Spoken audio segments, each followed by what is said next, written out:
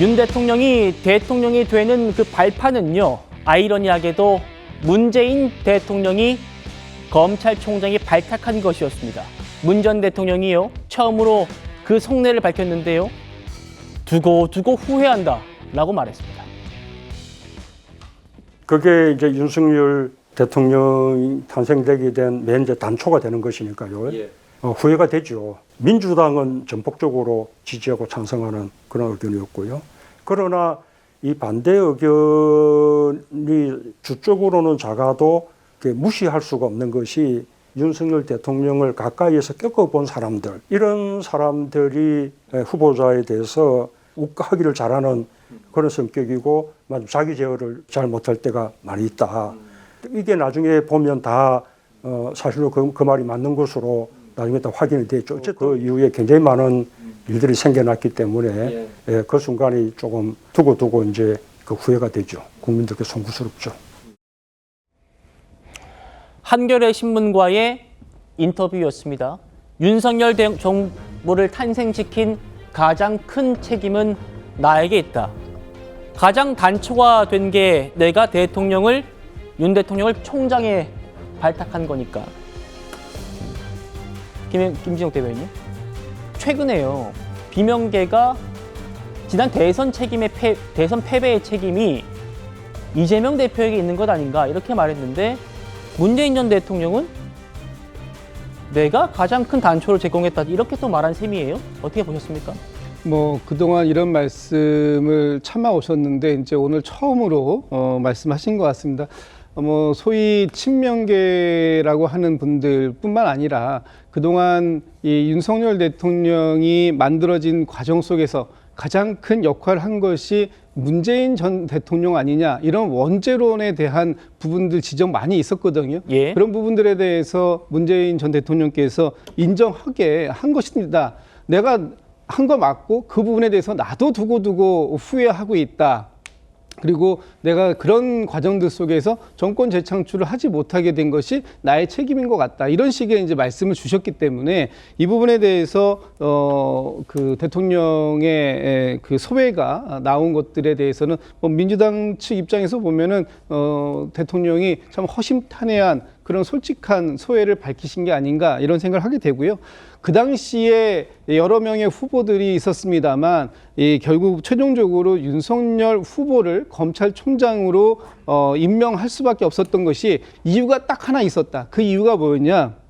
다른 3명의 후보들 같은 경우에는 검찰 개혁에 동의하지 않았는데 윤석열 후보만 당시에 검찰 개혁에 대해서 동의했기 때문에 윤석열 대통령에 대한 다른 세간의 평가가 좀 부정적인 것이 있었음에도 불구하고 임명할 수밖에 없었던 상황이 있었다라는 점도 아울러 얘기를 했는데, 결과적으로 보면 검찰 개혁도 이루어지지 않은 이런 모습을 보면 문재인 대통령께서 굉장히 오늘 이 후회한다, 두고 후회한다라는 소회를 밝힌 것이 진심이다라는 느낌을 갖게 됩니다. 알겠습니다. 반면에 자녀 입시 비리 의혹으로 징역 2년을 선고받고 지금 수감 중인 조국 전 장관에 대해서는 이런 심경을 드러냈습니다. 한없이 미안하다. 조국 일가 수사는 검찰 개혁에 대한 보복이고 발목 잡기였다. 그 바람에 조국 가족들이 풍비박산이 났다. 정혁진 변호사님, 조국 수사는 정치 보복이다 이렇게 규정을 했습니다. 글쎄요, 1심, 2심 대법원까지 똑같은 결론이 났는데 그게 정치 보복이라고 한다면 둘 중에 하나로밖에 해석될 수밖에 없는 것이 아닌가. 첫 번째, 만약에 문재인 대통령이 임명한 김명수 대법원장이 아직까지도 대법원장이었다라고 하면 그러면 그럼에도 불구하고 조국 대표는 무죄를 받을 수 있었을 거 아닌가? 또는 만약에 문재인 대통령이 윤석열이 아닌 다른 사람을 검찰총장으로 임명했다라고 하면 그 검찰총장은 문재인 정권 하에서는 범죄를 눈감아 줬을 거 아닌가? 그렇게밖에는 해석이 되지 않는 것이 아닌가? 저는 그런 생각이 들고요. 조금 전에 문재인 대통령이 윤석열 검찰총장을 총장으로 임명한 것을 후회했다라고 하지만 제 생각에는요, 많은 국민들이 문재인 후보를 대통령으로 찍은 것을 후회하지 않을까? 저는 그런 생각이 들고요. 그런 취지의 말을 다른 사람도 아닌 이재명 대표가 얼마 전에 한 것으로 저는 기억을 합니다. 그리고 그랬기 때문에 지난 정권에서 진짜로 문재인 정권의 검찰총장이었던 정치 초보 윤석열 후보가 대통령이 당선된 것이 바로 그 이유 때문이 아닌가 저는 그런 생각이 들고요. 남의 티끌을 보기 전에 본인 눈에 있는 들보부터 보는 것이 필요하지 않나 저는 그런 생각 듭니다. 예.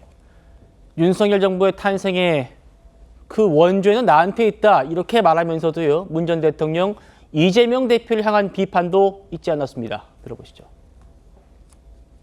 그럼 이재명 대표를 지지하는 사람만 가지고 51%가 되냐 하면 그렇지 못한 것이 현실이잖아요.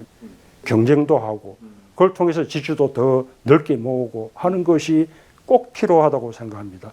당 바깥에 있는 조국 혁신당도 그 역할을 해줘야 돼요. 분열로 그것을 비판하고 자꾸 밀쳐내는 것, 그것은 참으로 바람직하지 않은 일이에요. 김영주 의원님. 네. 내가 대통령이 될 때는 치열하게 경쟁해서 민주당을 확장했었는데 이재명 대표는 지금 단독 지지율만으로 51%가 되냐? 그렇지 못하지 않느냐?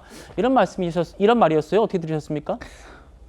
사실은 뭐 그 51%가 되냐 안 되냐 보다도 더 그 중요한 사실은 아까 제가 말씀드렸습니다만은 문재인 정부가 수많은 어떤 뭐 중도층들, 수많은 다양한 사람들의 힘에 의해서 정권을 잡았음에도 불구하고 그것을 부동산 정책의 실패라든지 또 지나치게 무리한 종전선언의 추진 이런 것으로 인해서 정권을 유지하지 못했던 것입니다. 그것은 사실은 이재명 대표를 탓하기 이전에 문재인 대통령한테 문제가 있는 것입니다. 저는 아까 아직도 문재인 대통령이 현실을 파악하지 못한다고 생각하는 것이 윤석열 검찰총장이 대통령 후보가 됐기 때문에 정권을 내놓은 겁니까?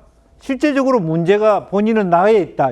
윤 대통령을 검찰총장으로 앉혔기 때문에 문제가 있다가 아니라 실질적으로 실정을 했기 때문에 본인의 문제가 있는 거죠. 윤 대통령이 후보가 아니더라도 충분히 정권을 영위하지 못했다면 가장 큰 책임은 본인한테 있는 것입니다. 윤 대통령을 뭐 뽑고 안 뽑고의 문제가 아니고 그런 의미에서 이재명 대표의 말도 사실은 일정 정도 타당한 측면이 있는 것입니다. 이제 그런 측면에서 지금 2차 중에 김경수 지사나 이런 사람들이 나오고 있는 상황 속에서 비명의 활동 공간을 넓히기 위해서 이렇게 나오는 것은 저는 매우 적절하지 않은 태도다 그렇게 봅니다.